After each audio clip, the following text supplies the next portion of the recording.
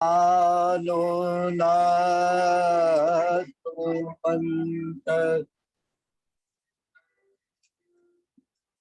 त्वाहवामहे पवमान स्वदृशम्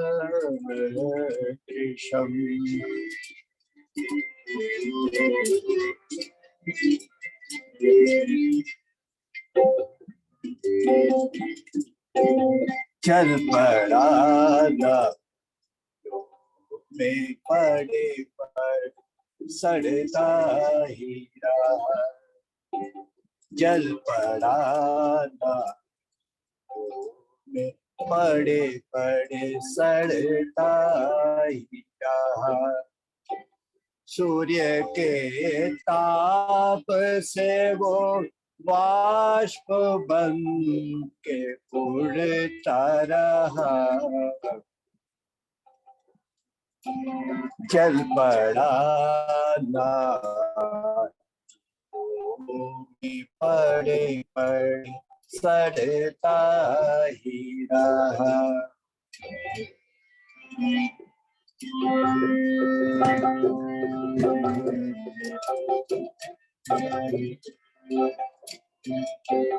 जल पृथ्वी से उठा हो के सवन पवित्र हुआ, वायु के कद पे जल चढ़ गया और बढ़ता गया। अब तो नभ पर है सिंहासन, वो राजा बन ही गया। जल पड़ा नालियों में पड़े पड़े सड़ता ही रहा।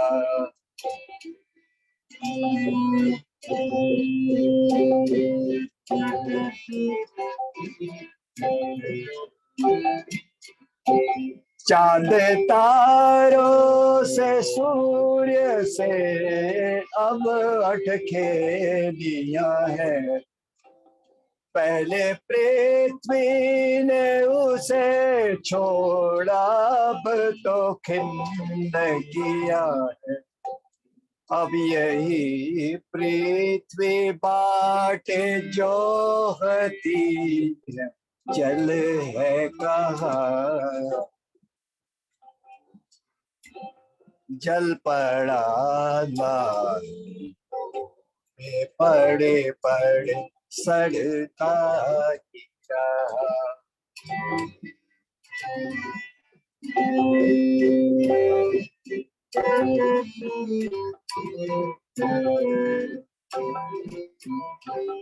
परसों परसों है मंगलमय श्याम मन में गो, सूखी छाती है मेरी बरस बरस तृप्त करो।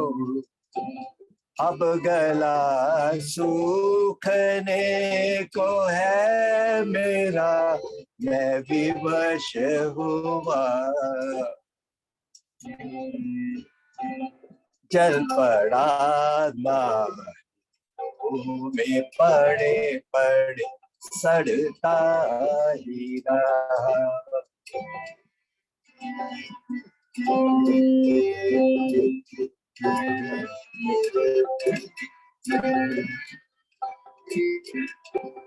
ऐसे ही गलियों में बाजारों में था योगी पड़ा, उसने फिर रास्ता प्रकाश का खुद चुन ही लिया। वो तपस्या की किरणों पे सवार हो ही गया। जल पड़ा नालियों में पड़े पड़े सड़ता ही रहा।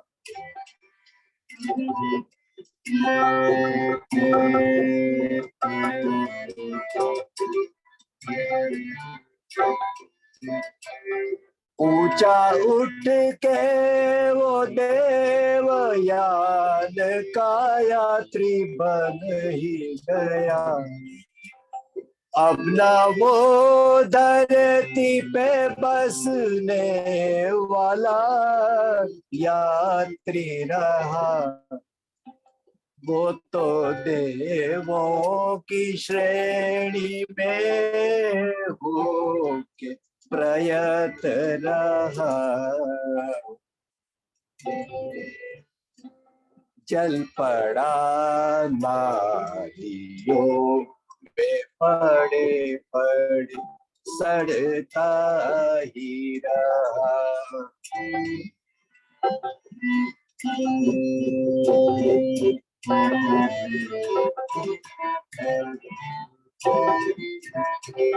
अब उसे जितनी भी दो आज वो चमकता है।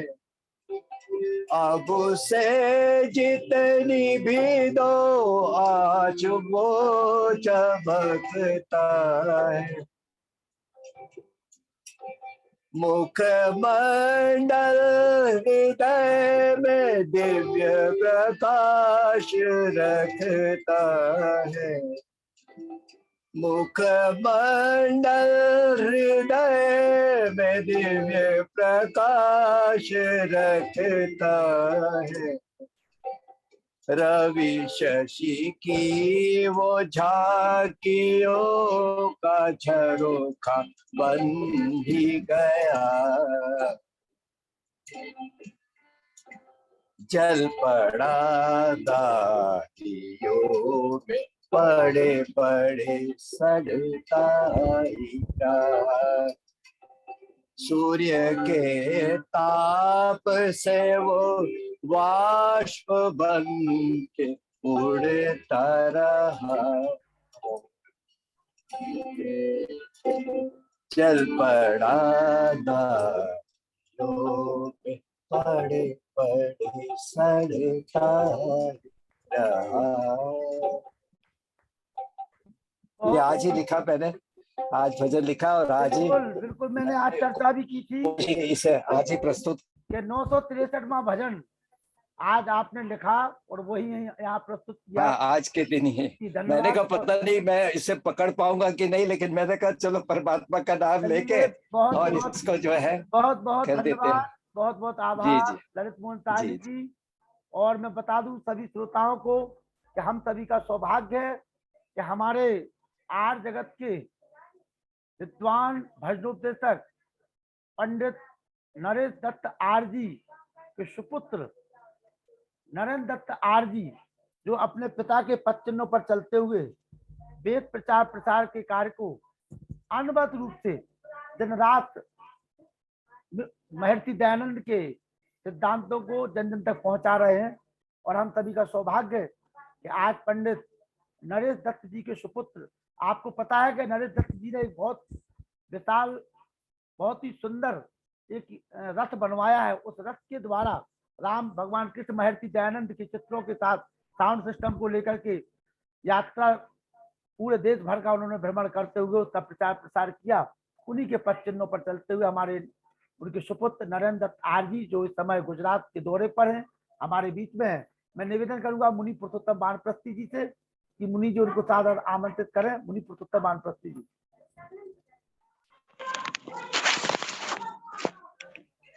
ओम ओम जी। ओम तन्नो भवत्यरेमः तन्न इन्द्रो बृहस्पतिः तन्नो विष्णुरुक्मा।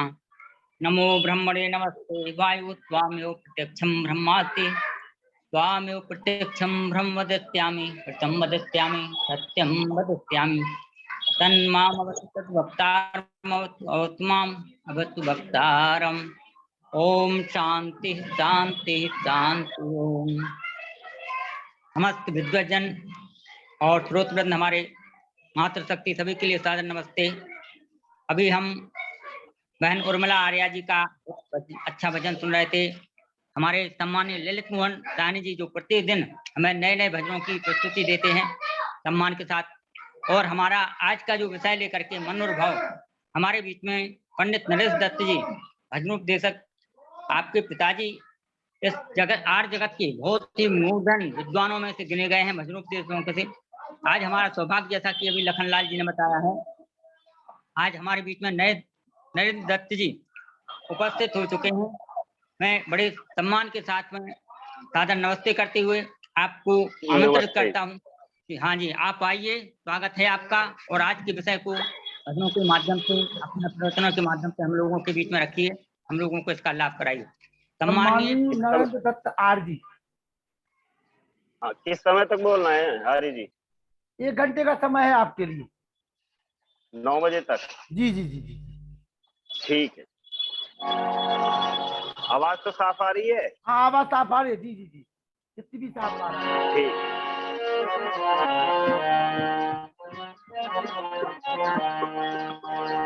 ओम भूर्भुवः स्वः तत्सवितुरे वरेण्यं भर्गो देवस्य धीमहि धियो यो नः प्रचोदयात्। तूने हमें उत्पन्न किया, पालन कर रहा है तू, तुझसे ही पाते प्राण हम, दुखियों के कष्ट हरता है तू। तेरा महान तेज है छाया हुआ सभी स्थान, सृष्टि की वस्तु में तू हो रहा है विद्यमान।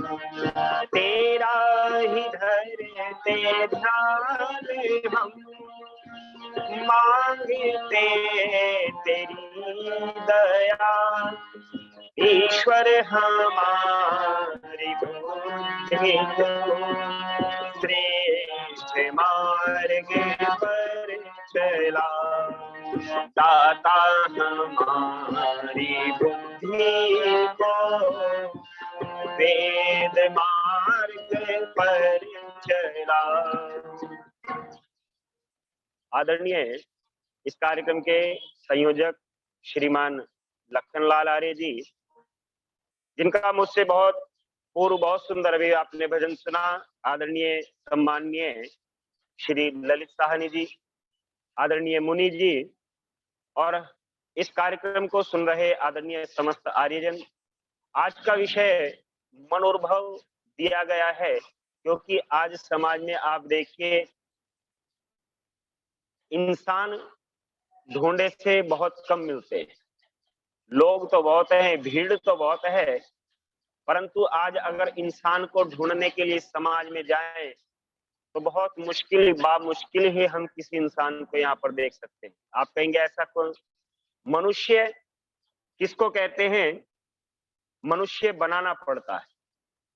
और वेद ने भी कहा है, मनुर्भव जनया दैव्यम जन्म। हम मनुष्य बने और क्या करें? देवताओं को जन्म देने वाले बने। इसीलिए मेरे पिता आदरणीय पंडित श्री नरेश दत्त आर्य जी ने बहुत सुंदर भजन के माध्यम से समझाने का प्रयास किया है कि वेद हमें आदेश देता है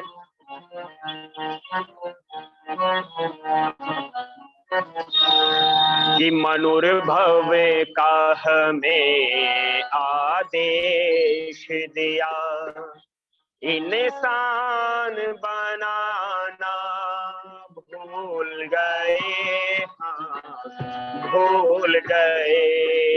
ये शिक्षा चली उल्टी कैसी, जो वेदों के प्रतिकूल गए।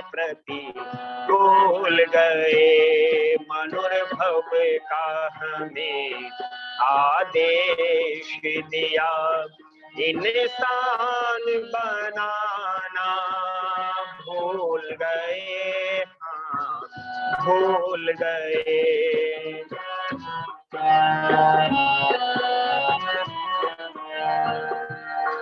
इंसान तरक्की समझा है, इनसे वर्जेट विमानों से। इंसान तरक्की समझा है, इनसे वर्जेट विमानों से। दीवार घृणा की खड़ी हुई इंसानों में, इंसानों से। इंसानों में, इंसानों से। ये प्रगति नहीं ये पतन हुआ, जो ब्याज में खो करे मूल गए, हाँ भूल गए। ये शिक्षा चली उल्टी कैसी, जो वेदों के प्रतिकूल गए, प्रतिकूल गए। मनोरभव का हमें विज्ञान से आज का मानव तो करे नए नए यंत्र इजाद रहा। विज्ञान से आज का मानव तो करे नए नए यंत्र इजाद रहा। पर जिसने बनाया था मानव, इसको ईश्वर ना याद रहा, इसको ईश्वर ना याद रहा।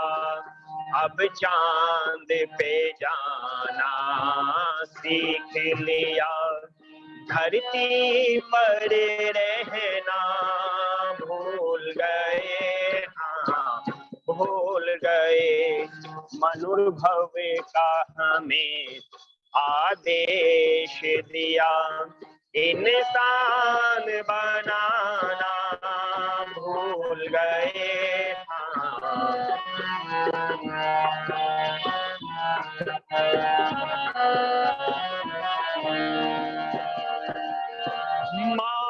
मागृधकस्य श्रीधनम का उपदेश वेद ने हमें दिया। मागृधकस्य श्रीधनम का उपदेश वेद ने हमें दिया।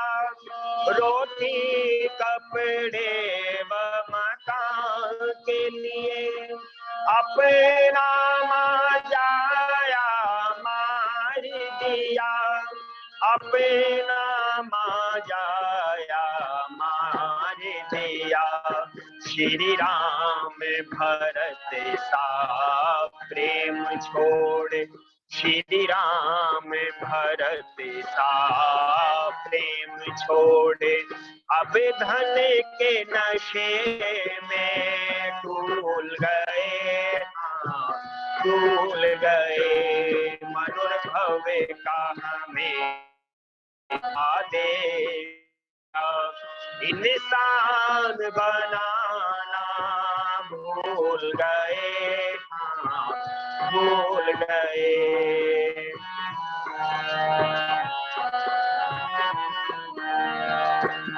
ये सुधारी रहे मुर्गों की नस्ल, इंसान की नस्ल को बिगाड़ रहे। ये सुधारी रहे मुर्गों की नस्ल, इंसान की नस्ल को बिगाड़ रहे। ये हरा भरा जो गुलशन था, इसे हाथ से अपने उजाड़ रहे, इसे हाथ से अपने उजाड़ रहे। ऐ नरेश देश का क्या होगा, ऐ नरेश देश का क्या होगा, जो बिखेर राह में शूल गए, शूल गए, मनुर्भव का हमें आदेश दिया, इंसान बनाना भूल गए, भूल गए, मनुर्भव का। वेद कहता है कि मनुर्भव जनया दैव्यम जन्म, हम मनुष्य बने और देवताओं को जन्म देने वाले बने। परंतु आज समाज के अंदर आप देखें, भिन्न भिन्न मत मतांतर आज समाज के अंदर फैल रहे हैं। हिंदू बन रहे हैं, मुसलमान बन रहे हैं, सिख बन रहे हैं, ईसाई बन रहे हैं, जैनी बन रहे हैं, बौद्ध पारसी बन रहे हैं। परंतु सब लोग क्या कहते हैं?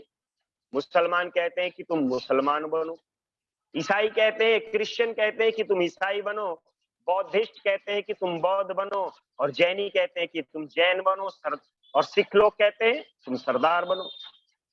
परंतु इन सब से ऊपर उठ करके महर्षि स्वामी दयानंद जी महाराज वेद का प्रमाण देते हैं और कहते हैं कि ना तुम हिंदू बनो, ना तुम मुसलमान बनो, वेद पाठी बनो या हाफिज कुरान बनो, हिंदू बनो या कि चाहे मुसलमान बनो, जो भी बनते हो बनो, हाँ मगर इंसान बनो। और उपदेश देते हैं वेद का मनुर्भव कि तुम मनुष्य बनो। एक बार श्री कृष्ण महाराज योगीराज श्री कृष्ण महाराज अर्जुन से पूछते हैं कि अर्जुन, अगर हाथी जैसा विशाल जानवर परेशान करने लगे तो उसको कैसे वश में करेंगे? तो अर्जुन कहते हैं महाराज, ये मनुष्य इतना होशियार है कि लोहे के छोटे से अंकुश से विशाल हाथी को वश में कर लेता है। वो कहने लगे अच्छा, उससे भी खूंखार जानवर शेर परेशान करने लगे तो क्या करेंगे? तो अर्जुन कहते हैं महाराज, अगर शेर परेशान करने लगे तो जाल लगा करके, फंदा लगा करके, पिंजरा लगा करके शेर को पकड़ लेंगे और उसको भी चिड़ियाघर में या कहीं दूर वन स्थल में छुड़वा देंगे जहां पर कोई मानव को वो हानि ना पहुंचा सके। फिर पूछने लगे कि अगर इन सबको पशुओं को काबू करने वाला ये मनुष्य बेकाबू हो जाए तो इसको कैसे वश में करेंगे? तो अर्जुन कहने लगे महाराज, इनके लिए भी जेल है, कारागार की व्यवस्था की गई है, इनको कारागार में डाल देंगे। परंतु आप देखिए, ये मनुष्य जेल में रह करके भी चैन से नहीं रहता है। आपने सुना होगा कि कहीं जो कैदी जेल तोड़ करके भाग गए, बंदूक छीन करके भाग गए, दीवार फांद करके भाग गए। तो फिर अर्जुन कहने लगे कि महाराज, फिर आप ही बताइए किस मनुष्य को कैसे वश में किया जाए? तो श्री कृष्ण महाराज अर्जुन से कहते कि अर्जुन देखो, हाथी जैसे विशाल जानवर को वश में करने के लिए 3 अंकुशों की आवश्यकता पड़ती है, 1 अंकुश की आवश्यकता पड़ती है। परंतु ये जो मनुष्य है, इसको काबू में करने के लिए 3 अंकुशों की आवश्यकता पड़ती है। तो अर्जुन कहने लगे महाराज, वो अंकुश किस चीज के हों? सोने के हों, चांदी के हों, पीतल के हों, किस धातु के हों? तो योगीराज श्री कृष्ण महाराज कहते हैं कि अर्जुन, धातुओं के अंकुश से तो पशु को वश में किया जाता है, अरे मनुष्य तो वो है जो ज्ञान के अंकुशों से, जो आध्यात्म के अंकुशों से वश में किया जाता है। और किसी शायर ने भी लिखा है, हैवान तो है मानता डंडे के जोर से, और इंसान वो है जिसमें इशारा समझ। परंतु अर्जुन कहते हैं कि महाराज वो 3 अंकुश कौन से हैं? तो योगीराज श्री कृष्ण महाराज समझाते हैं कि अर्जुन, पहला अंकुश मनुष्य को मनुष्य बनाने के लिए जो है वो है ईश्वर का भय। जब उस परमपिता परमात्मा का भय, परमपिता परमात्मा का डर हमारे मन के अंदर रहता है, तब तक हम कोई अधर्म का कार्य, पाप कर्म से हम दूर बच करके रहते। और जैसे जैसे उस ईश्वर का भय हमारे मन से निकलता चला जाता है, तैसे तैसे हम पाप कर्म की ओर अग्रसर होते चले जाते हैं। और इसीलिए कहा है, विद्वान भी कहते हैं, इस मनुष्य शरीर को प्राप्त करके हम क्या करें, हम उस परमपिता परमात्मा से डरे। और कवि ने भी बहुत सुंदर लिखा है,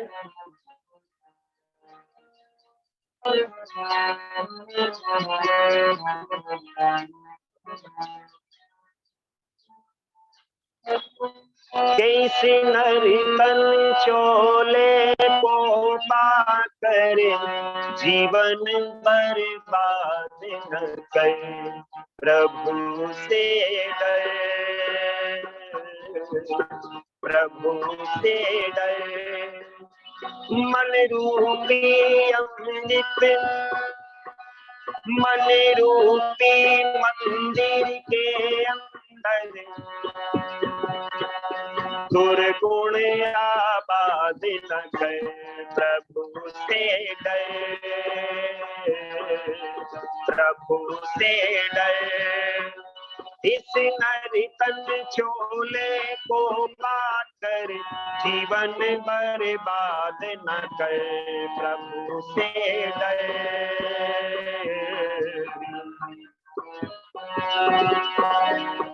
यदि है नौकर सरकारी, भूमिपति या व्यापारी, मास्टर डॉक्टर बैरिस्टर हो या नेता खदरधारी, दुनिया में आकर के बंदे कोई अपराध न करे, प्रभु से डर, प्रभु से डर। मन रूपी मंदिर के अंदर दुर्गुण आबाद न करे, प्रभु से डर, प्रभु से डर।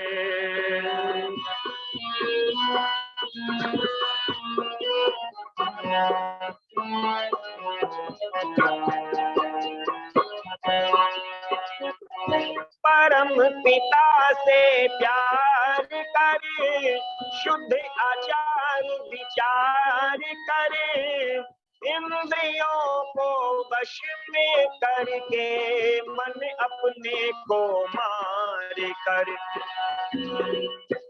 जप ओम नाम तो सुबह शाम, जप ओम नाम तो सुबह शाम, इसमें प्रमाद ना कर, प्रभु से डर,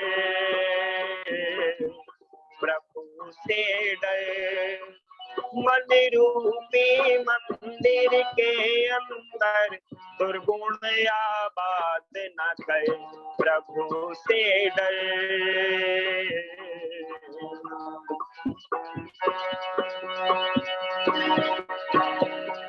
बिल्डिंग आलीशान बना, फर्नीचर से खूब सजा, टेलीविजन फिट करवा कर बढ़िया सा सोफा लगेवा, पर अपने सुख के लिए किसी का घर बर्बाद न कर, प्रभु से डर, प्रभु से डर। मन रूपी मंदिर के अंदर दुर्गुण आबाद न कर, प्रभु से डर, प्रभु से डर। कहा है हम उस परम पिता परमात्मा से डरे। क्यों डरे? तो आगे लिखा है, क्योंकि वो परम पिता परमात्मा सब जीवों के शुभ अशुभ कर्मों को देखता है और उसके अनुरूप उसका फल देता है। कहा है जैसा कर्म कमाएगा वैसा ही फल पाएगा, खिला जो फूल जवानी में है, एक दिन वो मुरझाएगा। तू दुष्ट जनों से दूर ही रह, तू दुष्ट जनों से दूर ही रह, उनकी इमदाद न कर, प्रभु से डर, प्रभु से डर। मन रूपी मंदिर के अंदर दुर्गुण आबाद न कर, प्रभु से डर, प्रभु से डर। सेवा अपना लक्ष्य बना, दिन दुखी के कष्ट मिटा, हीरा जन्म अमोलक है ये, मिट्टी में ना इसे मिला। मन को संभाल तू नंदलाल, मन को संभाल तू नंदलाल, इसको आजाद न कर, प्रभु से डर, प्रभु से डर। मन रूपी मंदिर के अंदर दुर्गुण आबाद न कर, प्रभु से डर, प्रभु से डर।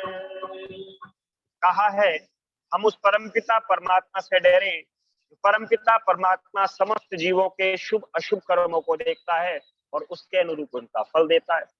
परंतु आज आप देखिए समाज के अंदर हम उस ईश्वर से नहीं डरते। क्यों?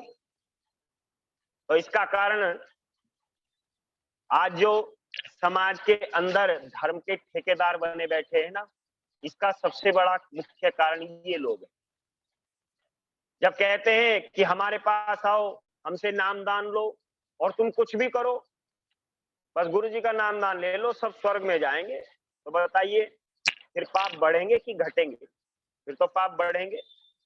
उदाहरण के लिए आपके नगर का जो एसडीएम है, जो सबसे बड़ा पुलिस अधिकारी है, वो आपसे कहे कि आप मेरे पास रोज आए सुबह शाम, और क्या करें, बस एक बार आकर के सलाम कर दें और फिर तुम कुछ भी करो, चोरी करो, डाका डालो, बलात्कार करो, तुमको कोई सजा नहीं होगी।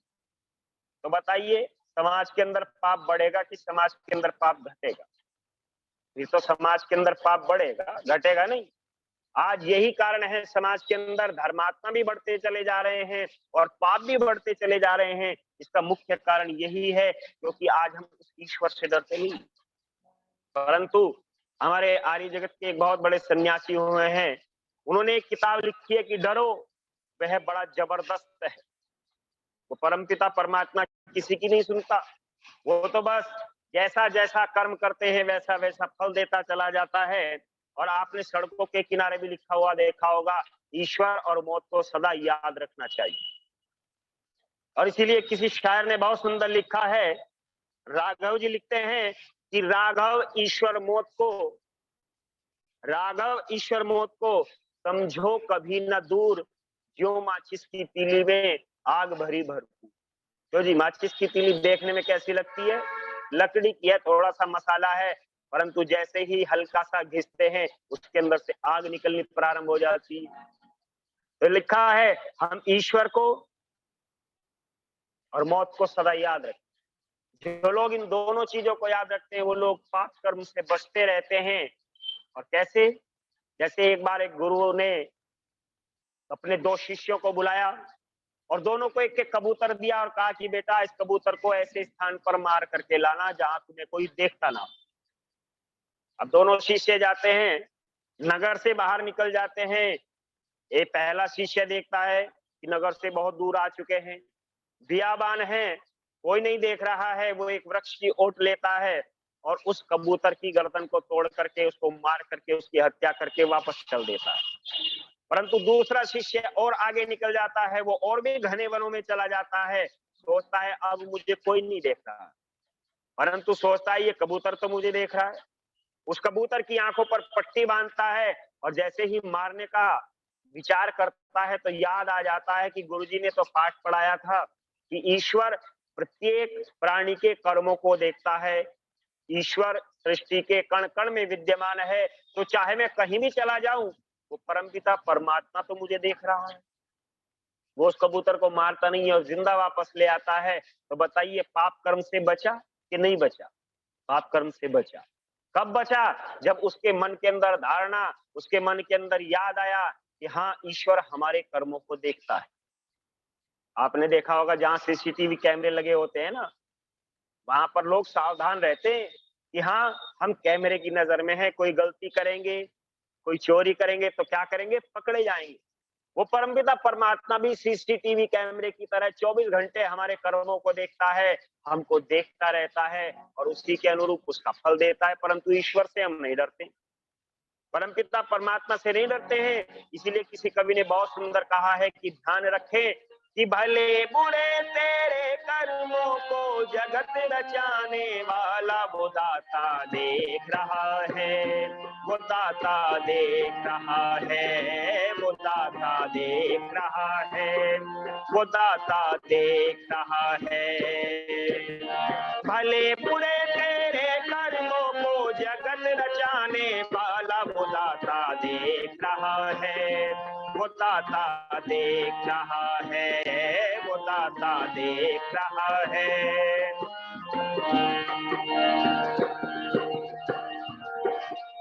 जलचर थलचर नभचर जितने इस सृष्टि में प्राणी, जलचर थलचर नभचर जितने इस सृष्टि में प्राणी, जुदा जुदा सबकी तस्वीरें, जुदा जुदा है वाणी, जुदा जुदा सबकी तस्वीरें, जुदा जुदा है वाणी। राजा हो या रानी, चाहे अदना हो या आला, वो दाता देख रहा है, वो दाता देख रहा है, वो दाता देख रहा है, वो दाता देख रहा है। भले बुरे तेरे कर्मों को जगत रचाने वाला वो दाता देख रहा है, वो दाता देख रहा है, वो दाता।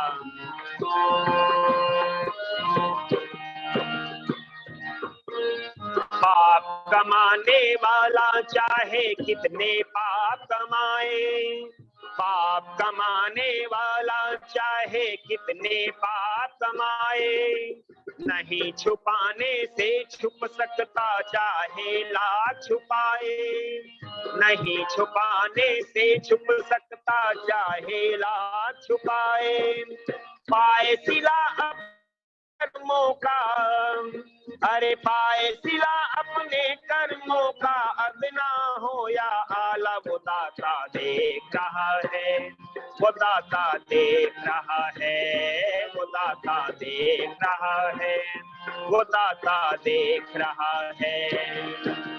भले बुरे तेरे कर्मों को जगत रचाने वाला वो दाता देख रहा है।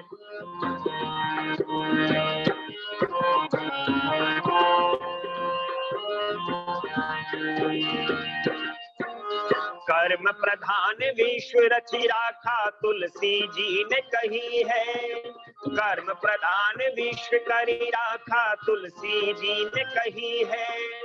जैसी करनी वैसी भरनी ये सिद्धांत सही है, जैसी करनी वैसी भरनी ये सिद्धांत सही है। चाहे लाख यतन कर लेना नहीं टलेगा टाला, वो दाता देख रहा है, वो दाता देख रहा है, वो दाता देख रहा है, वो दाता देख रहा है। भले बुरे तेरे कर्मों को जगत रचाने वाला वो दाता देख रहा है।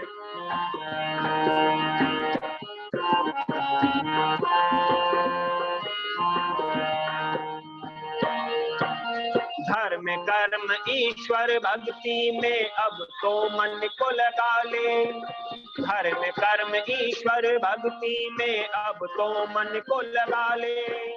जो कुछ जीवन शेष बचा है उसको सफल बना ले, गा ले तू प्रभु गुण, अरे काले तूबे मोर प्रभु गुण हो जाए उजियाला, वो दाता देख रहा है, वो दाता देख रहा है, वो दाता देख रहा है, वो दाता देख रहा है। कहा है परमपिता परमात्मा सब जीवों के कर्म को देख रहा है, इसीलिए हम उस परमपिता परमात्मा से डरे। परंतु आज आप समाज के अंदर देखिए, आज कोई भी व्यक्ति इस परमपिता परमात्मा से डरने के लिए तैयार नहीं। और गीत भी बना दिया, आपने गीत सुना होगा कि दुनिया में तेरा है बड़ा नाम, और आज मुझे भी तुझसे पड़ गया काम, और मेरी विनती सुने तो जानू, मानू तुझे भगवान, नहीं तो कर दूंगा सब जग में बदनाम। अब भगवान को बदनामी का डर होगा तो आपका काम कर देगा, नहीं तो करते रहो बदनाम, उस पर क्या फर्क पड़ता है। परंतु किसी शायर ने, किसी कवि ने बहुत सुंदर विचार किया, और वो कहता है कि प्रभु भगवान, अगर आप मेरी बात को कहीं सुन रहे हो तो बस सुनते ही रहना, इस धरती पर मत आना। क्योंकि आज लोग इतने स्वार्थी हो चुके हैं, इतने लालची हो चुके हैं, जो तुझसे डरने का प्रयास नहीं करते, तुझसे डरते नहीं।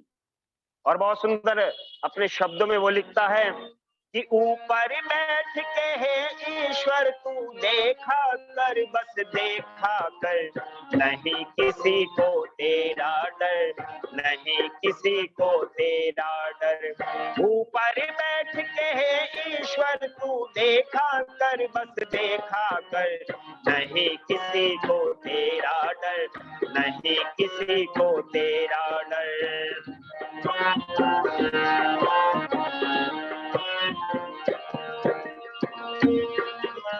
देख तेरी दुनिया का हाल, पापी हो गए माला माल, देख तेरी दुनिया का हाल, पापी हो गए माला माल।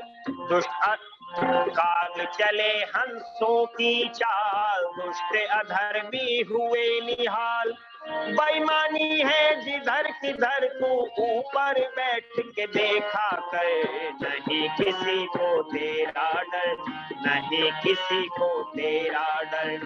ऊपर बैठ के है ईश्वर तू देखा कर, बस देखा कर, नहीं किसी को तेरा डर, नहीं किसी को तेरा डर।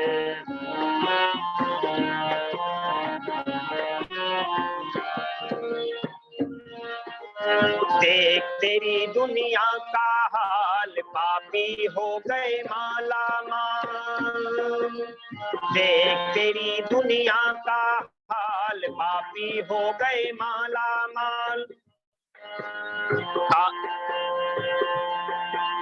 देखते कदम कदम पर होता पाप, दहेज ले बेटे पर बाप। कदम कदम पर होता पाप, दहेज ले बेटे पर बाप। अगर तू नीचे आ जाए ये तुझे बेच कर खा जाए, इसीलिए ये है बेहतर बस ऊपर बैठ के देखा कर, नहीं किसी को तेरा डर, नहीं किसी को तेरा डर। ऊपर बैठ के है ईश्वर तू देखा कर, बस देखा कर, नहीं किसी को तेरा डर, नहीं किसी को तेरा डर।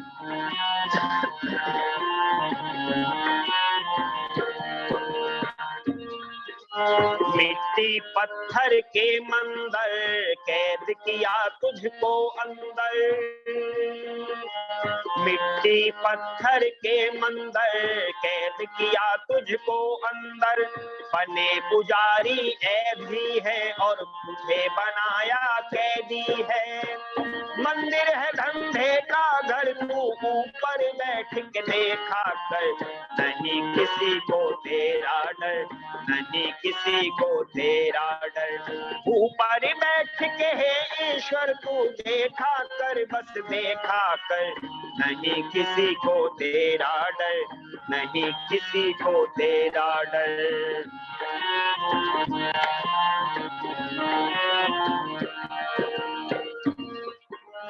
तूने बनाए हैं इंसान, इसने बना लिए वायुयान।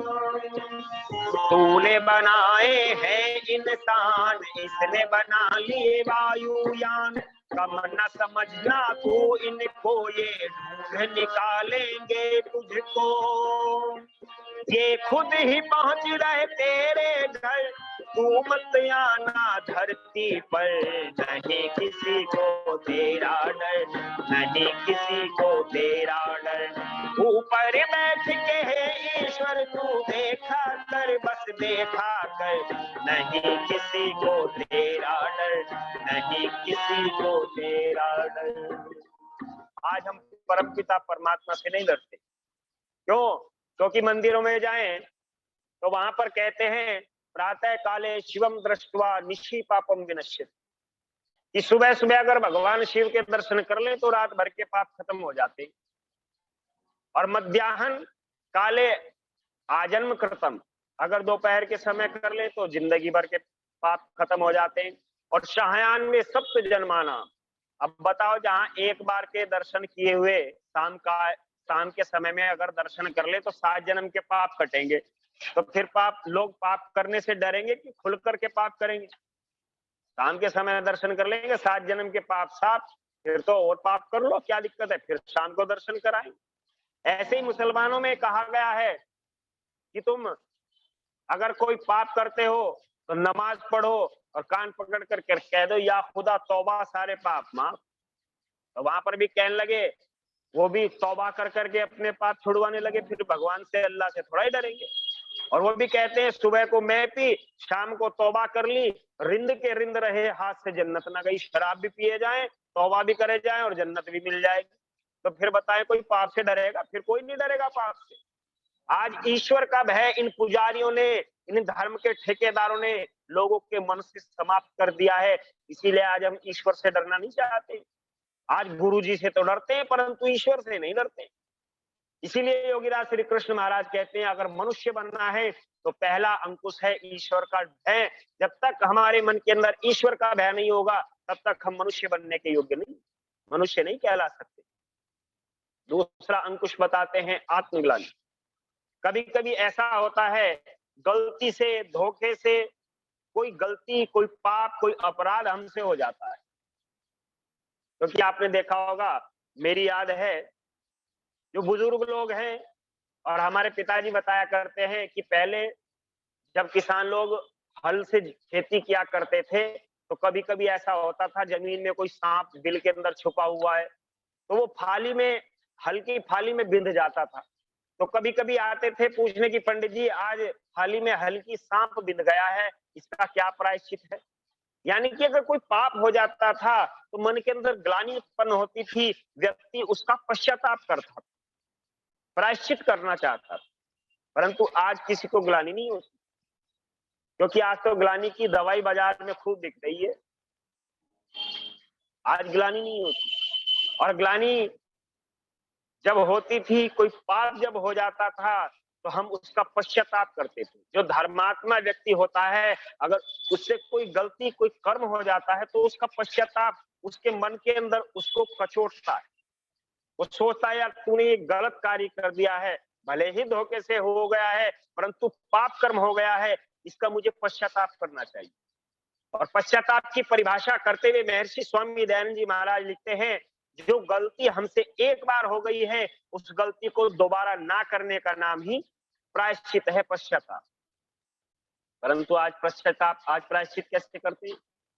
एक चौधरी साहब के खेत में 2 सांड लगे हुए थे और जो किसान लोग है वो जानते हैं सांड जिस खेत में खाना चरना शुरू कर देता है उसकी जड़ लगा देता है, दूसरे खेत में नहीं चरता है, फिर एक ही खेत में चरता है। और वो चौधरी साहब सोचने लगे यार छोटा सा खेत है, गेहूं बो रखे हैं, ये सांड लग गए हैं, ये फसल नहीं होने देंगे, लगता है पहरा देना पड़ेगा। वो सुबह सुबह भाला लेकर के खेत पर चले गए कि आज सांड को खेत में नहीं घुसने दूंगा। अब वो सांड पहले ही नाश्ते में लगा हुआ था, अब चौधरी साहब को गुस्सा आ गया। अब चौधरी साहब ने जैसे ही भाला मारा वो सांड को ऐसी जगह लग गया कि वो सांड मर गया। और जो लोग आप लोग जानते हैं हमारे सनातन धर्म में गाय के, पशु का वध करना निषेध है। और गलती से अगर हो जाता था तो लोग उसका प्रायश्चित करते थे। मेरी भी याद है, मैंने कई बार देखा है लोग डंडे में गाय की बैल की पूंछ को बांध करके भीख मांगते हैं। मैंने पूछा एक दिन कि भाई ये पूंछ में अब तो नहीं, लगभग 20 साल पहले की बात है। मैंने एक व्यक्ति से पूछा, भाई तुमने पूंछ में डंडे में पूंछ क्यों बांध रखी है, काहे की पूंछ है? वो कहने लगा, भैया एक गाय मुझसे गलती से मर गई और मुझे भंडारा करना है, इसलिए घर घर जा करके भीख मांग रहा हूँ। लोग प्रायश्चित करते थे, मन के अंदर लोगों के ग्लानि होती थी। आज नहीं होती है ग्लानि। आज तो सारी उम्र जिस गाय का दूध पिएंगे उसी को लास्ट में कसाई को भेज देंगे, उनको ले जाइए दूध देना बंद कर दिया है। सारी उम्र जिस बैल से खेतों में काम किया उन बैलों को कसाईयों को दे दिया। बताइए ये पाप कर रहे हैं और ग्लानि होती है कि इनके मन में? ग्लानि नहीं होती। और आज तो ग्लानि की दवाई खूब बिक रही है बाजार में। बाजार में से जाओ, क्वार्टर लेकर के आओ, पियो और ग्लानि खत्म। परंतु विद्वान कहते हैं ये नशा जब तक रहेगा तब तक किए हुए कर्म को आप याद नहीं करोगे, परंतु जैसे ही नशा उतर जाएगा वो किया हुआ कर्म फिर से आपको परेशान करने लगेगा। इसलिए बहुत सुंदर कवि ने लिखने का प्रयास किया है कि पी कर शराब गम को भुलाया न जाएगा, पेट्रोल से अग्नि को बुझाया न जाएगा।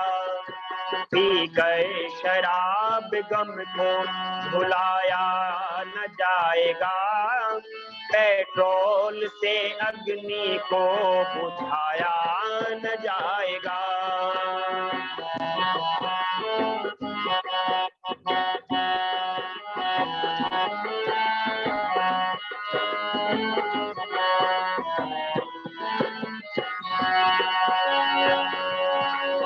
कुछ कहते हैं दवा है दारू की ये बोतल, दारू की ये बोतल। कुछ कहते हैं दवा है दारू की ये बोतल, दारू की ये बोतल। इसे दवा से कोई रोग, इसे कोई रोग मिटाया न जाएगा, पेट्रोल से अग्नि को बुझाया न जाएगा। और जो शराबी है ना, वो इसको क्या कहते हैं? वो खाली केवल इसको दारू नहीं कहते, वो कहते हैं दवा दारू। और इनकी सारी बीमारी दारू से ही खत्म हो जाती है। आप कहो किसी शराबी से यार आज तो सिर में दर्द हो रहा है, तो कहेगा ले एक घूंट मार ले सही हो जाएगा। किसे कहो यार आज तो हाथों पैरों में अकड़न सी हो रही है, कहेगा एक घूंट मार ले सही हो जाएगा। इनकी सब चीजें शराब से ही सही होती है। इनका मन भी शराब से ही शांत होता है, इनका शरीर भी शराब से ही शांत होता है। एक अम्मा बेचारी एक बच्चे को लेकर के जा रही है डॉक्टर के पास, एक शराबी बैठा रास्ते में। अम्मा से पूछने लगा, अम्मा कहाँ ले जा रही है इसको? ये कहने लगी इस बच्चे की खांसी नहीं जा रही है, बहुत डॉक्टर बदल लिए। तो कहने लगा ले एक घूंट पिला दे सही हो जाएगी। ये कहने लगी तू कुछ पागल भी है, शराब पीने से खांसी जाती है क्या, बच्चे को मारेगा? ये कहने लगा मेरी 20 बीघे जमीन चली गई, घरवाली का जेवर चला गया, घर के बर्तन चले गए, इसकी खांसी रह जाएगी? तो इनकी तो सारी चीजें शराब से ही सही होती है। परंतु विद्वानों ने कहा है ये शराब क्या चीज है? सब पापों की जननी शराब कहते थे गांधी, कहते थे गांधी। सब पापों की जननी शराब कहते थे गांधी, कहते थे गांधी। शराबी की खराबी को, शराबी की खराबी को समझाया न जाएगा, पेट्रोल से अग्नि को बुझाया न जाएगा। पी गए शराब गम को भुलाया न जाएगा, पेट्रोल से अग्नि को बुझाया न जाएगा।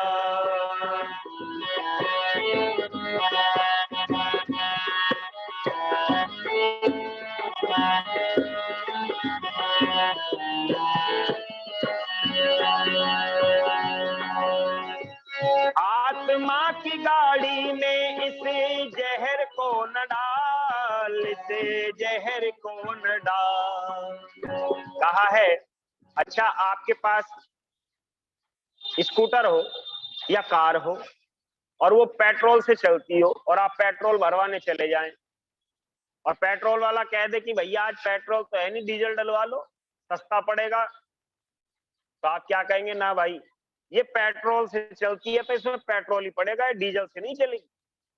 और किसी दिन डीजल की गाड़ी लेकर के पहुंच जाओ और वो कहने लगे कि भैया आज डीजल तो है नहीं, पेट्रोल डलवा लो, थोड़ा सा महंगा तो पड़ेगा और एवरेज बहुत बढ़िया आएगा गाड़ी का, तो आप क्या कहेंगे कि भाई ये गाड़ी पेट्रोल की है, ये डीजल की नहीं है, डीजल की है, पेट्रोल की नहीं है। हम अपनी गाड़ी की तो चिंता करते हैं, इस गाड़ी में कौन सा तेल पड़ना चाहिए, तेल छन करके पड़ना चाहिए, है? परंतु इस शरीर में, इस शरीर रूपी गाड़ी में कुछ भी डाल लेते हैं, अंडा, शराब, मांस, हाड़, सब कुछ खा लेते हैं और फिर कहते हैं भगवान ने दुख दे रखे। दुख भगवान ने नहीं दे रखे, दुख तो हमारे कर्मों ने दे रखे। और इसीलिए कहा है अच्छा आप जो गाड़ी लेते हैं उन गाड़ियों के पार्ट शरीर में मिल जाते हैं, संसार में मिल जाते कि नहीं मिल जाते? उनके पार्ट बाजार में मिल जाते। एक व्यक्ति ने एक घड़ी विदेश से मंगाई और वो बड़ी संभाल करके रखता था, जब हाथ धोता था तो उसको खोल करके जेब में रख लेता था। उसने कहा कि भाई जब बार बार खोल करके रखते हो तो इसको रखते क्यों नहीं, उठा करके बार बार पहनते क्यों हो? वो कहने लगा पंडित जी ये घड़ी विदेशी है और इसमें कोई खराबी आ गई तो इसके पुर्जे यहाँ नहीं मिलेंगे, इसलिए इसको बड़ा संभाल करके रखना पड़ता है। परंतु जो हमारा शरीर है बताइए इसके पुर्जे भी मिल जाएंगे क्या? इसके पुर्जे नहीं मिलेंगे, परंतु हम इस शरीर का ध्यान नहीं रखना चाहते, कूड़ा कबाड़ा सब कुछ इस शरीर के अंदर डाल लेते हैं। एक व्यक्ति कहने लगा जी अब मिल जाते हैं इनके पार्ट भी। हमने कहा इनके पार्ट नहीं मिलते, क्या करते हैं पुरानी गाड़ी का निकाल करके नई गाड़ी में डाल देते हैं, बस इतना करते हैं। इसीलिए कहा है आत्मा की गाड़ी में इस जहर को न डाल, इस जहर को न डाल। गाड़ी का कोई पार्ट मंगाया न जाएगा, पेट्रोल से अग्नि को बुझाया न जाएगा। पीकर शराब गम को भुलाया न जाएगा, पेट्रोल से अग्नि को भुलाया न जाएगा।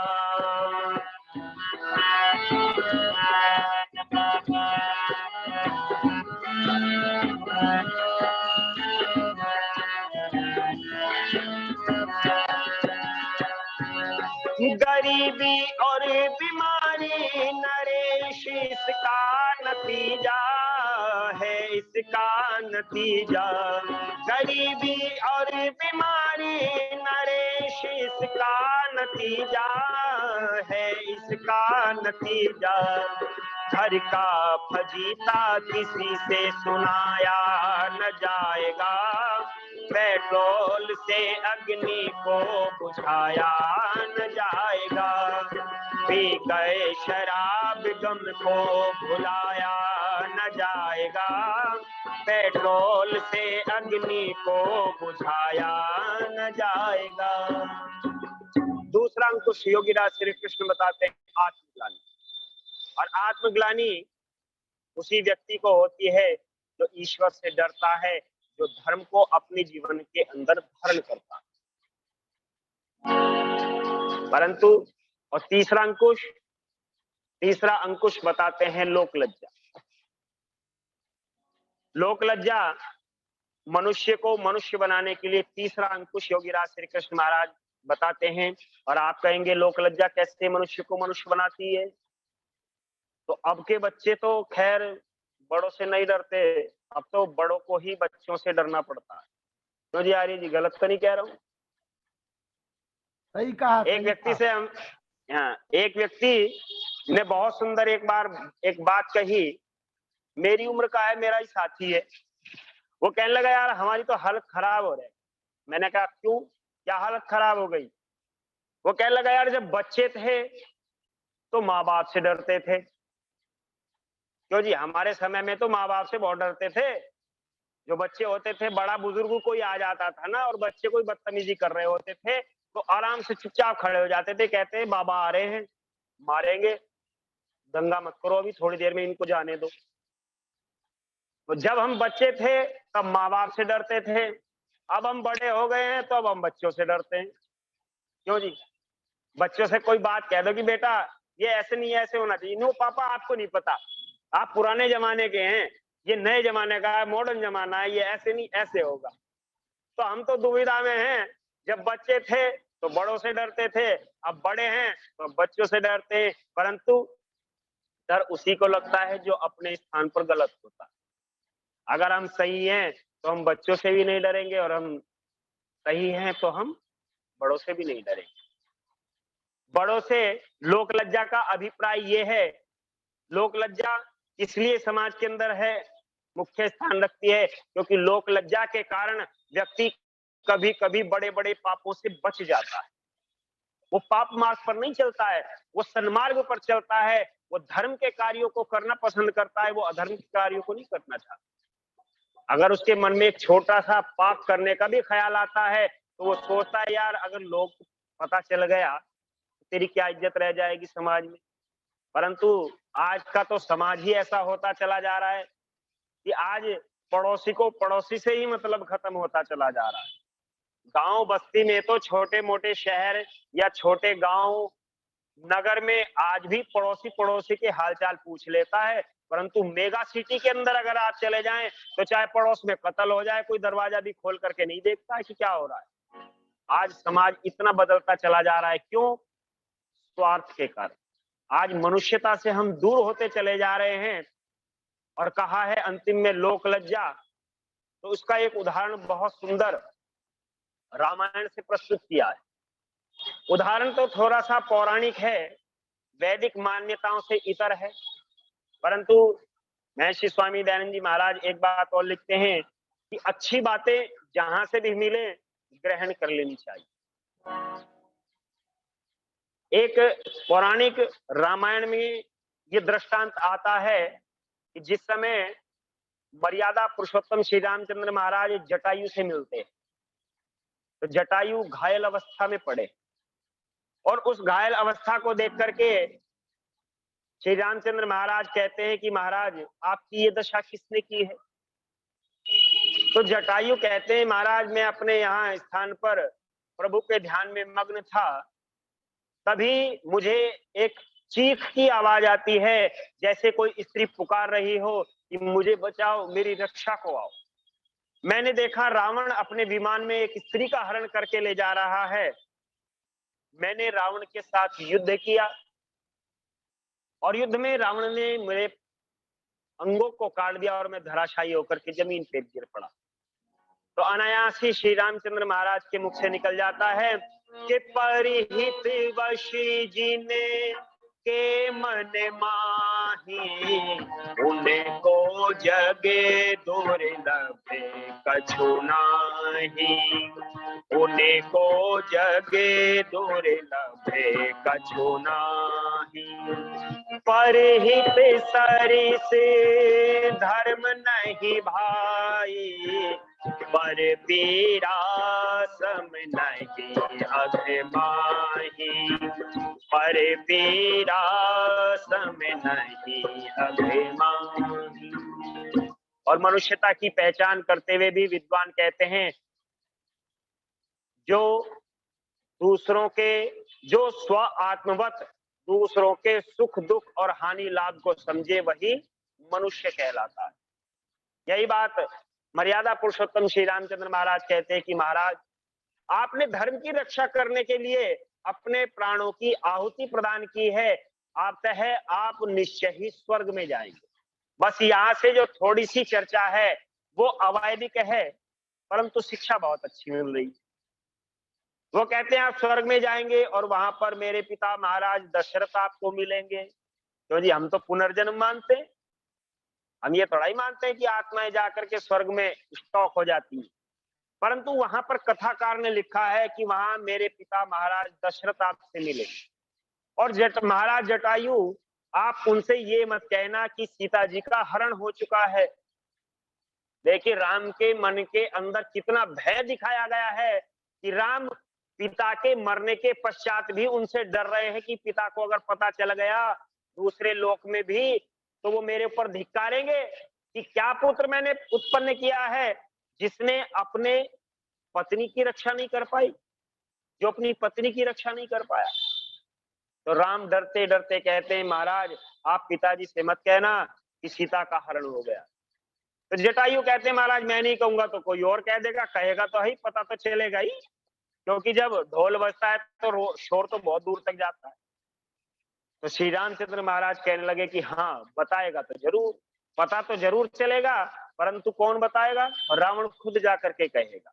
और जटायु से कहते हैं कि जटायु न कहना पिताजी से जाकर गया ले सिया को रावण चुरा कर। जटायु न कहना पिताजी से जाकर गया ले सिया को रावण चुरा कर। न कहना सिया अभी वापस न आएगी, जहर खाएगी या जल कर मर जाएगी। न कहना सिया अभी वापस न आएगी, जहर खाएगी या जल कर मर जाएगी। बिताएगी जीवन भोजन गवा कर गया ले सिया को रावण चुरा कर। जटायु न कहना पिताजी से जाकर गया ले सिया को रावण चुरा कर। जटायु न कहना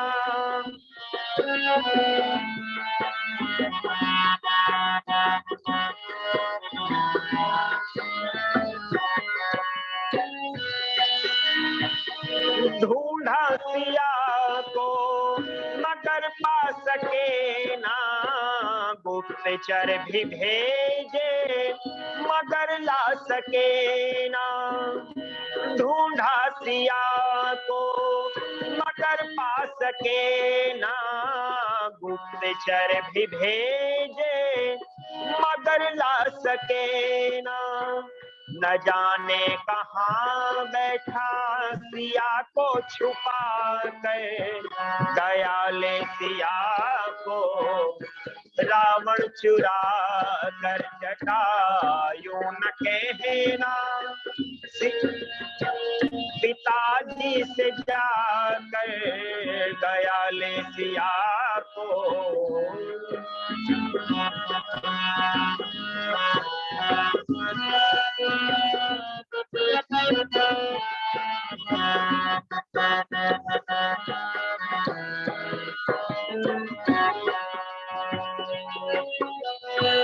अगर वो सुनेंगे ये दुख की कहानी, गिलानी से भर जाएगी जिंदगानी। अगर वो सुनेंगे ये दुख की कहानी, गिलानी से भर जाएगी जिंदगानी। कैसे सहेंगे ये गम उठाकर गया ले सिया को रावण चुरा कर। जटायु न कहना पिताजी से जाकर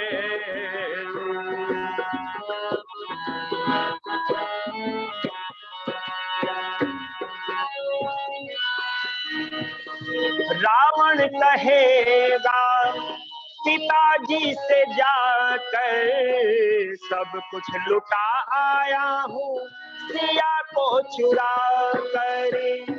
रावण कहेगा पिताजी से जाकर सब कुछ लुटा आया हूँ, सिया को चुरा कर।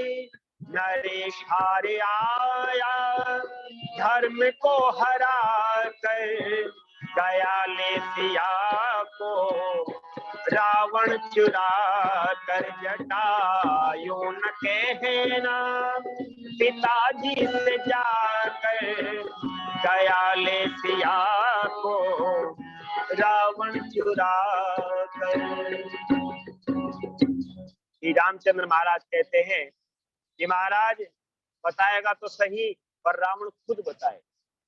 जब जब लोक लज्जा हमारे मन के अंदर होती थी, तब तब भी हम पाप रूप कर्म से दूर रहते थे। योगी राज श्री कृष्णचंद्र महाराज भी अर्जुन को समझाते हैं कि अर्जुन, अगर तुझे मनुष्य बनना है तो तू इन 3 अंकुशों को अपने जीवन के अंदर धारण कर।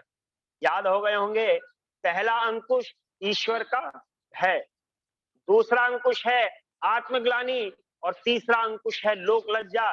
जब इन 3 अंकुशों को हम अपने जीवन के अंदर धारण करेंगे, तब हम वेद के अनुसार मनुर्भव मनुष्य बनने की ओर अग्रसर होंगे। आदरणीय लखनलाल आर्य जी के प्रयत्न पुरुषार्थ से, उनके आदेश पर काफी समय से आदरणीय आर्य जी संपर्क करना चाह रहे थे, परंतु बीच में कुछ परिस्थितियां ऐसी बनी कि मैं समय नहीं दे पाया। अब इस पूरे महीने मेरे पास पर्याप्त समय है, तो लखनलाल जी जितना भी चाहें अब समय ले सकते हैं। तो वेद के एक छोटे से सूक्ति को लेकर के मनुर्भव मैंने थोड़े से विचार जो अपने पिता के साथ रह करके विद्वानों के सौजन्य से मुझे ज्ञान प्राप्त हुआ है, उनको आपके सामने रखने का प्रयास किया। आप सभी ने ध्यानपूर्वक सुना, सभी का धन्यवाद। अब कल पुनः इसी समय आपके दर्शन करने का सौभाग्य प्राप्त होगा। सभी का बहुत बहुत धन्यवाद। और पिछले 1 वर्ष से जो प्रतिदिन ये कार्यक्रम चल रहा है, और इस तरह का भजनों का कार्यक्रम आज पहली बार लगातार 1 घंटे तक। अच्छा जी जी, हमारे आचार्य भवदेव शास्त्री जी ने जरूर संगीत में कई बार कथाएं की, तो उनने भजन भी सुना, लेकिन आप जो हमारे आर जगत के मूढ़ विद्वान संगीतकार और खुद भजनों लिखते हैं और गाते हैं, नरेश दत्त जी, उनके आप सुपुत्र हैं। बस उन्हीं का आशीर्वाद है। बिल्कुल, उनका जो यश है आर जगत में, उसको आप बखूबी निभा रहे हैं, उसको आगे बढ़ा रहे हैं। और आज हम सभी लोग जितने भी आप श्रोता है, उनकी जो कमेंट आ रहे थे बार बार, वो निश्चित रूप से इस बात को बता रहे थे कि सब बड़े आनंद के साथ, और संगीत में तो बड़ा जान होती है, उसको सुन रहे थे भजनों को। तो बहुत बहुत आभार आपका कि आपने अपना अमूल्य समय हमें निकाला। मैं निवेदन करूंगा ओम प्रकाश आर बस्ती, जो हमारे उत्तर प्रदेश के यशस्वी मुख्यमंत्री योगी आदित्यनाथ जी की सखा है, वो जुड़े हुए। मेरा निवेदन है कि अपना माइक खोल करके सामने आ जाए। ओम प्रकाश आर बस्ती, चलिए जब तक ओम प्रकाश जी आते हैं, मैं निवेदन करूंगा अनिल अरोड़ा जी। माननीय लखनलाल जी आई। हाँ, ले दे करके निश्चित रूप से कहा जाए तो आप उधर पोषक नहीं, परिवार पोषक नहीं, जाति पोषक नहीं, राष्ट्र पोषक और वीडियो खोलिए। ओम प्रकाश जी वीडियो खोल लीजिए। हाँ, वीडियो बंद आ रहा है आर्य जी का। हाँ ओम प्रकाश जी, अरे आवाज मिल रही है ना? हाँ आवाज मिल रही, चलिए। ले दे करके बहुत ही ईश्वरीय कार्य आप कर रहे हैं जी। और कहा गया है ईश्वर का दर्शन करने से खुशियों की दौलत मिलती है, मन से छल कपट मिटाने से खुशियों की दौलत मिलती है। आज का जो विषय था मनुर्भवा का था, और निश्चित रूप से मनुष्य उसी को कहना जो आत्मचित होकर चिंतनशील और न्यायकारी बलवान से न डरे, चरित्रवान निर्बल से सदैव डरता रहे। तो भाई नरेंद्र जी ने जो विचार दिए, निश्चित रूप से बहुत ही उच्च कोटि के विचार हैं।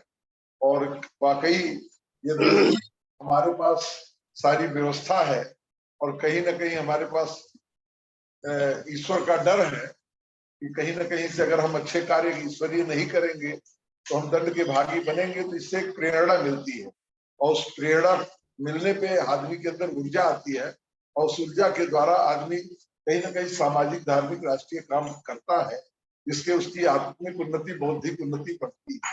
और निश्चित रूप से जितने भी महापुरुष हुए, उन्होंने कुछ न कुछ अलग हटके कार्य किया। या हम और कहीं ना कहीं से जब कोई आदमी कोई विचार बनाता है, कोई बनाता है, तो समस्याएं आती हैं, लेकिन समस्याओं के बाद भी जब वो अपने काम को लेकर के आगे बढ़ता है तो परमपिता परमेश्वर उसके साथ खड़े।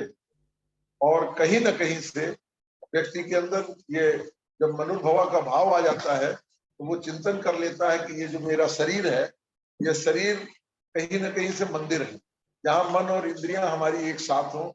इस मंदिर में हम किस तरीके से क्या डालें क्या ना डालें, क्या क्या खाएं क्या ना खाएं, हर चीज पे बहुत ही सुंदर ढंग से भाई नरेंद्र जी ने प्रकाश डाला। अभी हमारा सौभाग्य भी नरेंद्र जी से मिलने का मिला था कि मगहर से हम लोग साथी बस्ती तक आए थे।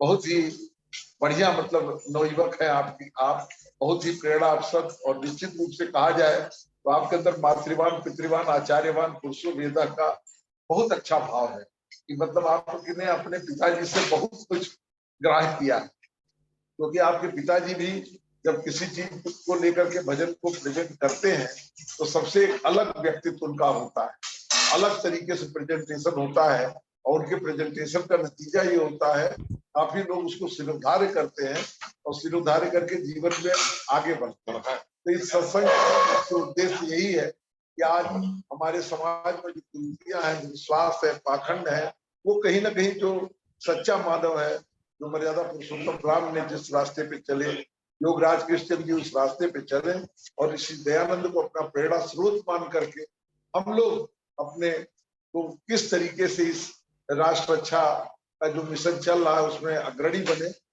और कहीं ना कहीं इस मनुष्य जीवन को सफल बनाए। बहुत बहुत शुभकामनाएं भाई नरेंद्र जी को और भाई हमारे लखनलाल जी को, और ईश्वर से कामना कि आपको और शक्ति और बहुत बहुत आभार। ये थे हमारे ओम प्रकाश आर बस्ती, जिन्होंने पूरा जीवन आर समाज के प्रचार प्रसार के लिए समर्पित किया हुआ है। आप उत्तर प्रदेश के यशस्वी मुख्यमंत्री योगी आदित्यनाथ जी के सहयोगी है। हमारा सौभाग्य का आपका स्नेह प्रेम मिलता रहता है। मैं निवेदन करूंगा राम सेवक निरंजन जी, ब्लॉक अध्यक्ष शिक्षक संघ महरौनी, राम सेवक निरंजन जी अपना ऑडियो वीडियो खोल करके सामने आ जाए। राम सेवक निरंजन जी चलिए, प्रेम सचदेवा जी आइए। ओम नमस्ते जी। नमस्ते जी, नमस्ते जी। आचार्य निरंजन जी को भी नमस्ते जी। और नमस्ते जी, नमस्ते। हाँ, आपको भी प्रणाम सभी को। मेरा एक आज का कार्यक्रम बहुत ही अच्छा रहा। पहली बार ऐसे भजनोपदेशक अनवरत पूरा 1 घंटा आपने जो हमें अपना संगीत से और अपने वचनों से जो हमें लाभान्वित किया, उसके लिए मैं आपको साधुवाद देता हूँ। एक मेरी छोटी सी प्रार्थना है, वो ये कि आप अपनी सामग्री में से जो अवैधिक जो सामग्री है वो आप उसमें से निकाल दें तो अच्छा रहेगा। हम सिद्धांतों पे कभी भी समझौता ना करें। और मेरी आपसे प्रार्थना है कि आज का जो आपने जटायु वाला जो ये प्रसंग था उसको आप निकाल दें, और आगे भी आप ध्यान रखें कि क्योंकि हमने आपको अनवरत अब सुनना है, आगे भी कई कार्यक्रम आपके होते रहेंगे। तो मेरी आपसे ये प्रार्थना है कि अवैधिक चीजें हटा के बाकी वैदिक चीजें हमें आप परोसें, हमें बहुत अच्छा लगेगा। धन्यवाद। धन्यवाद। आपका सुझाव, आपका ये बेटा लाडला नरेंद्र जी उसको स्वीकार करें। चंद्रशेखर शर्मा जी, राजस्थान जयपुर, आइए।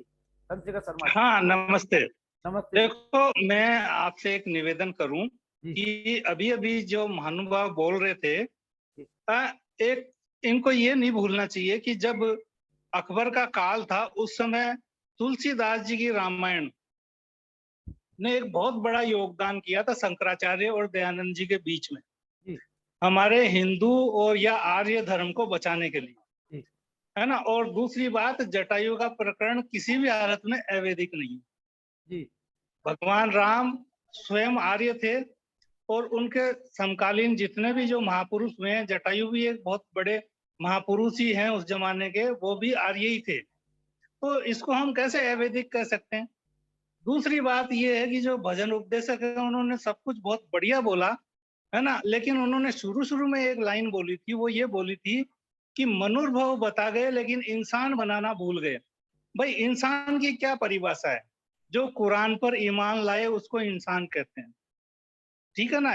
ये भाषा जिहाद हमारे उस समय क्योंकि पंजाब में उर्दू चलती थी, इसलिए उर्दू बहुत सारे आर्य समाजी आज भी उर्दू बोलते हैं। और मैं कहता हूँ कोई बात नहीं, समय होता है, लेकिन अब तो कम से कम हमें चेतना चाहिए और अपने भजनों से, अपने उपदेशों से उर्दू शब्दों को, फारसी शब्दों को यथासंभव दूर करना चाहिए, क्योंकि हमारा कोर्स बहुत बड़ा है। चंद्रशेखर शर्मा जी, इतना ही कहना है, मेरा निवेदन ये है आपसे। चंद्रशेखर शर्मा जी, जितने भी हाँ जी, वर्तमान में जो अपने वैदिक लेखककार विद्वान आ रहे हैं और जो उस काल के जो थे, अब वो नए काल वाले केवल वैदिक और संस्कृत शब्दों का ही चयन कर रहे हैं, इसलिए परेशान होने की जरूरत नहीं है। जी जी, ये पहले के लिखे हुए भजनोपदेशकों के हैं, ये बहुत पुराने भजन हैं ये। हाँ, ये बहुत पुराने भजन है, आज के भजन नहीं है। और आज के जो है उस समय क्या, उस समय हाँ, उस समय उर्दू के शब्दों को कभी थोड़ा बहुत बेमोल जी ने तो बहुत ही शब्दों का प्रयोग किया है। बेमोल जी ने, और पथिक जी भी प्रयोग करते हैं। पथिक जी है, लक्ष्मण सिंह बेमोल जी के तो सारे भजन उर्दू में है अमूमन। जी हाँ, बहुत बहुत बहुत भजन। देखो ये तो भाषा है, इसमें हम ये नहीं कह सकते कि ये हिंदू है मुसलमान। महर्षि स्वामी दयानंद जी महाराज ने भी कहा है कि ये भाषाओं का ज्ञान होना चाहिए, पर अपनी भाषा को प्रमुख रखना चाहिए। वही हम रखते हैं। देखो एक दो शब्द का तो आ जाता है, ये तो कोई नहीं, कोई बात नहीं। बहुत बहुत धन्यवाद सभी ने, बहुत अच्छा सुझाव अच्छे हैं। हाँ, जो सुझाव दिए हैं उन पे मैं गौर फरमाऊंगा, ऐसी बात नहीं है। देखो हाँ, चंद्रकांता माता जी, अपने लाडले बेटे को आशीर्वाद दे दो।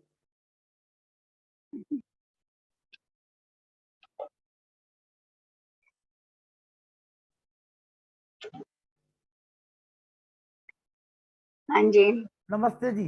प्रिय नमस्ते, सभी को नमस्ते जी। प्रिय नरेंद्रनाथ शर्मा जी, आपको तो मंच पर आते ही देखकर मैं बहुत उत्साहित हुई कि एक नवयुवक भजनीक आचार्य उपदेशक के रूप में हमारे सामने प्रस्तुत हुए हैं। और आपने जो भजन बोले हम बचपन में सुना करते थे, बहुत अच्छे रोचक सामग्री, मनुर्भाव के साथ साथ आपने ये भी परोसा कि ईश्वर भजनों के द्वारा, कि ईश्वर सर्वव्यापक है, ईश्वर सर्वशक्तिमान है, और सामाजिक बुराइयों को भी अछूता नहीं छोड़ा आपने, उनके लिए भी वार्निंग दी कि शराब आदि ऐसी चीजें जो हैं वो हमारे समाज के लिए कितनी हानिकारक हैं। और विशेषकर जो आपने 3 अंकुश बताए, मनोभाव के लिए बहुत अति आवश्यक हैं। अगर इंसान बनना चाहता है तो देवता बन ना सके कोई बात नहीं, उसके लिए प्रयास, सतत प्रयत्न करते रहना चाहिए, लेकिन इंसान तो बनने के लिए, मनुष्य तो बनने के लिए, अभी मेरे भाई कह रहे थे कि उर्दू के शब्द प्रयोग नहीं करने चाहिए, मेरी कविताओं में भी काफी उर्दू के शब्द आ जाते हैं, अब उनको क्योंकि मेरे पिताजी भी कवि थे। आप निकाल दीजिए, आप अभी निकाल सकती हो, आपके पास समय है। नहीं, समय जरूर है, लेकिन वो क्या कहते हैं ना, तुकबंदी में भी जरूरत पड़ जाती है ऐसे शब्दों की। तो भाषा, किसी से भी नफरत नहीं होनी चाहिए। सबसे बड़ी बात तो ये है कि हमें अपनी भाषा से को वरीयता देनी चाहिए, उससे लगाव होना चाहिए, प्यार होना चाहिए, बस। और सबसे बड़ी बात ये है, तो इसलिए मैं अपने प्रिय सपुत्र, ये हमारे जो दिनेश जी हैं, इनको आशीर्वाद देती हूँ और प्रभु से कामना करती हूँ कि वो अग्रणी रहें, दिनों दिन उन्नति करें और आगे बढ़ते रहें, वेद प्रचार के लिए आगे बढ़ें, क्योंकि पिताजी का आशीर्वाद आपके ऊपर है, हम सबका आशीर्वाद भी आप पर है। तो प्रिय वीर लखनलाल जी, आपका आभार। श्रद्धेय मुनि जी को भी बहुत बहुत धन्यवाद। धन्यवाद। श्री व्यासनंद शास्त्री जी का प्रणाम, सभी को, अनिल भाई को, और वेद। समाधर जी आ जाइए वहां तक। समाधर जी, जी समाधर जी, मिथिलेश गौर जी तैयार रहेंगी जी। आई समाधर माता। जी जी, बहुत बहुत धन्यवाद। आज जो है बहुत अच्छा प्रसंग सुना मनोहर भाव का, और उसके साथ साथ जो हमारी सामाजिक कुरीतियां हैं इन पर भी बहुत अच्छा प्रकाश डाला गया है। ये बहुत सारगर्भित शब्दों में, और यहाँ तक कि मैं तो ये मानता हूँ कि ये गली गली में प्रचार होना चाहिए।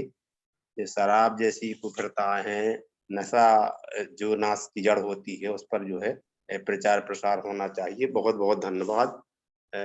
आपको भी बहुत बहुत धन्यवाद लखनलाल जी। धन्यवाद। और मैं बता दूं क्षमाधर जी, आपके जो पिताजी हैं उन्होंने शराब पे बहुत, नशा बंदी पे बहुत वेद प्रचार किया हुआ है, और रथ लेकर के गांव गांव जाकर के गए, और वो खुद लिखते हैं भजनों को। तो हमारे आर्य जगत के इनके पिताजी बहुत मूर्धन्य विद्वानों में उनकी गिनती आती है। इस समय मॉरिशस की यात्रा पे हैं भजनों के। हाँ, वेद प्रचारकार उनका मॉरिशस में चल रहा है, और नरेंद्र जी का कार्य गुजरात में समय चल रहा है।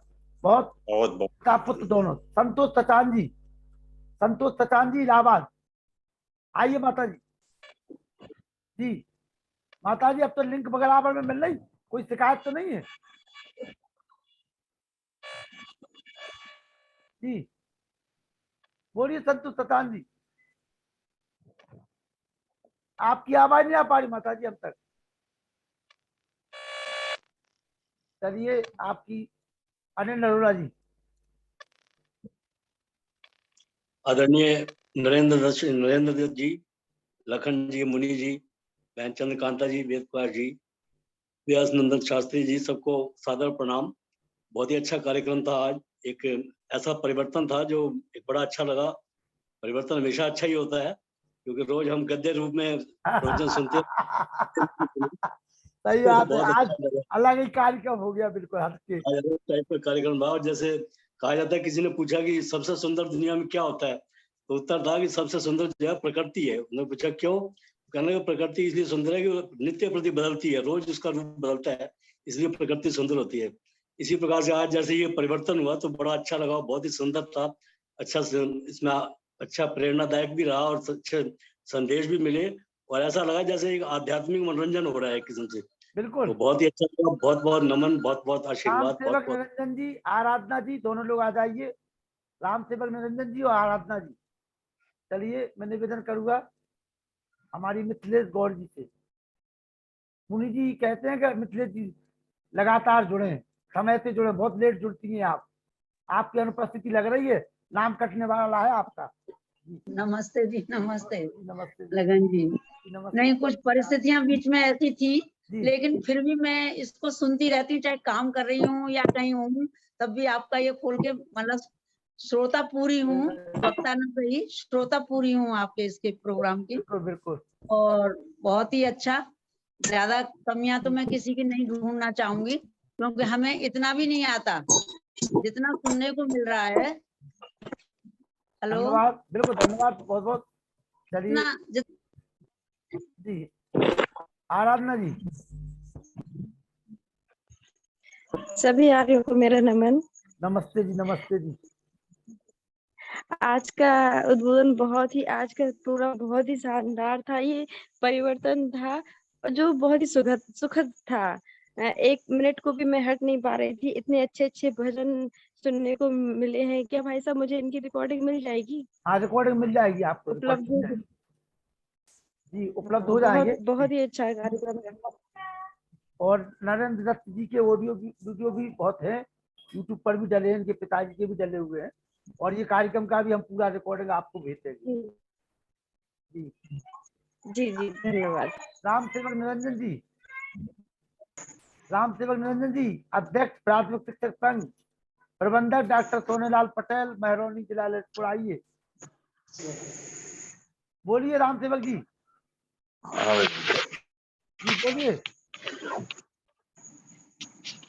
बोलिए राम सेवक जी।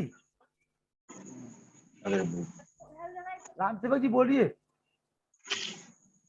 अरे वो बोलिए राम सेवक जी। अरे वो खोल गाओ राम सेवक जी, खोल गाओ।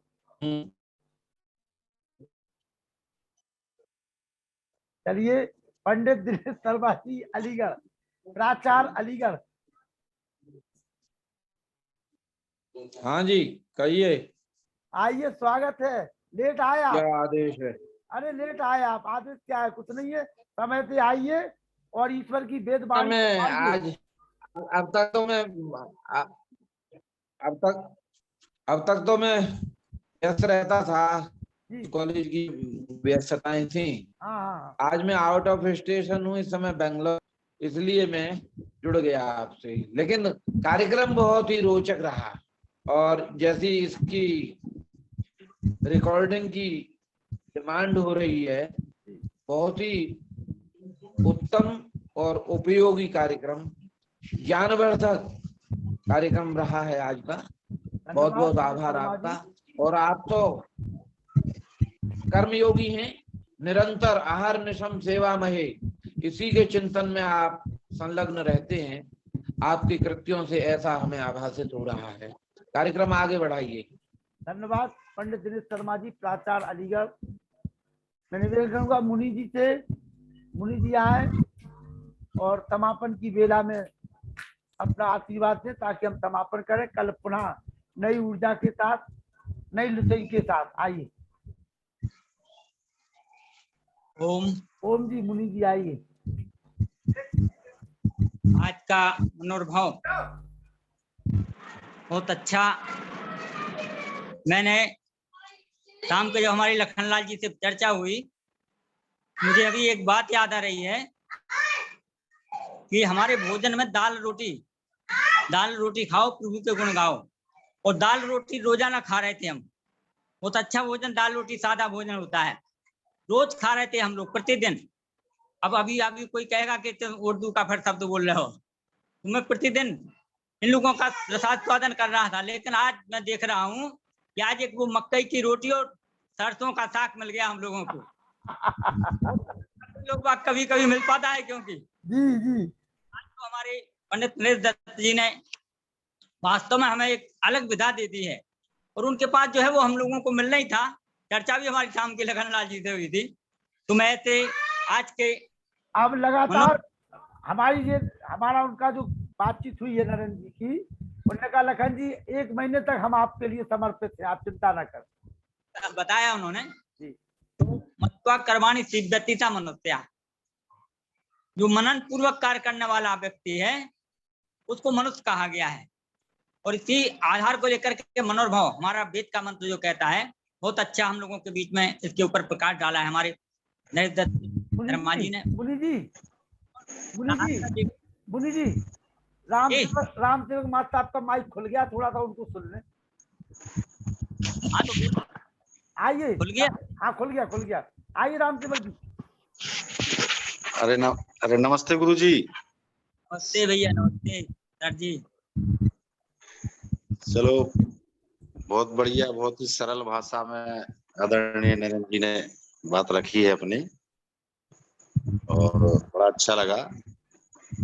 और चलो, अब तो हम लगता है डेली सुनने को मिलेंगे। अभी 1 महीने का जैसे ही बताया लखनलाल जी ने, हरि जी ने।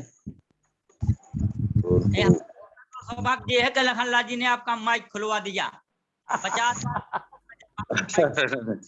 नहीं, बिल्कुल। बड़ा हमें लगता है कि बहुत कुछ खो रहे थे अपन, आज जुड़ के आप सब लोगों को विचार सुन रहे हैं, तो बड़ा अच्छा लग रहा है। प्रसन्नता होती है देखो आप लोग जुड़ते हैं तो। अरे नहीं, बिल्कुल। अब अपन मिस नहीं करेंगे किसी भी कीमत में। धन्यवाद। तो हमारे यार हम देख रहे हैं हमारे सम्मानीय नरूला जी, माता शांता जी और तमाम लोग, हमारे उर्मिला जी ने, ललित मोहन जी ने जो भजनों की प्रस्तुति दी थी, और उनकी प्रस्तुति के साथ में तो हम 1 घंटे भजन ही भजन सुनते रहे व्याख्यानों के माध्यम से। चलिए, शांति पाठ वाले लोग आ चुके हैं, उनका स्वागत है। अभी आराधना की ओम दो शांति अंतरिक्षम शांति पृथ्वी शांति राप शांति रौषधय शांति वनस्पतय शांति देव शांति ब्रह्म शांति सर्व शांति शांति देव शांति साम शांति रेदि ओम शांति शांति शांति। यो बोले सो आगे, वेद धर्म की जय, गुरुवर वजानन की जय। रामचंद्र की जय, मर्यादा पुरुषोत्तम श्री रामचंद्र की जय, तोरे चंद्र की जय, पंडित लेखराम की जय, भारत थेर पुत्र की जय, गौ माता तारा चौपारण, आर्य समाज अमर रहे, एक चिरोती जलती रहे, ओम तरंगा ऊंचा रहे, बड़ा धनी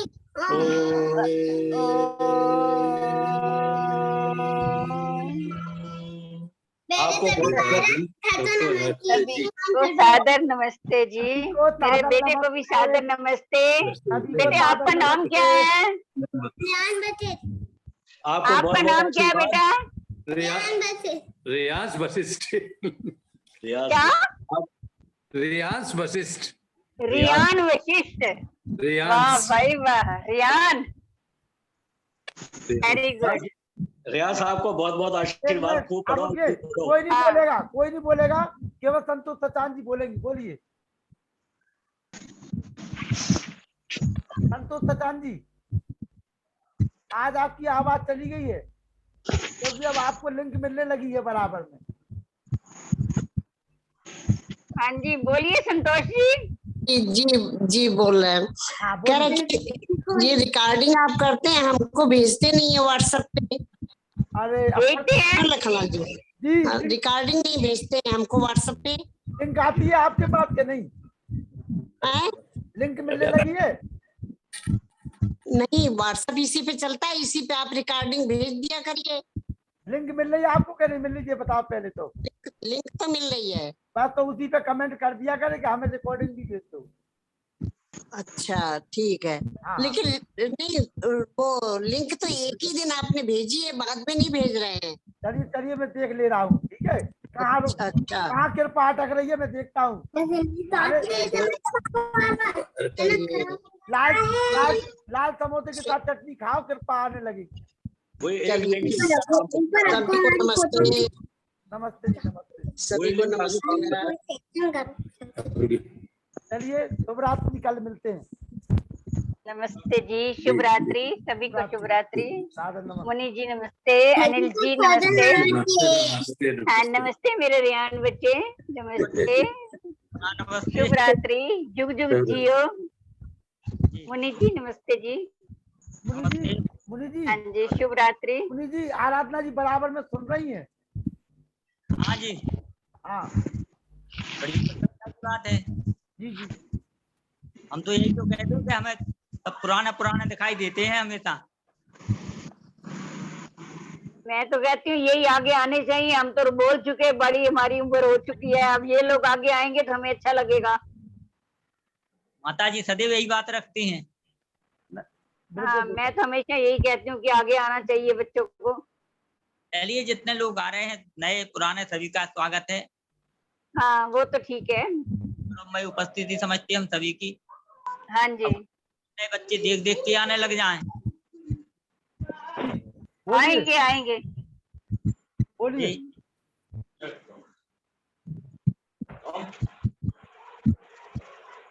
चलिए। नमस्ते बेटा। नमस्ते सभी के लिए सादर नमस्ते। बेटी को नमस्ते, बेटी को आशीर्वाद। सभी के लिए सादर नमस्ते।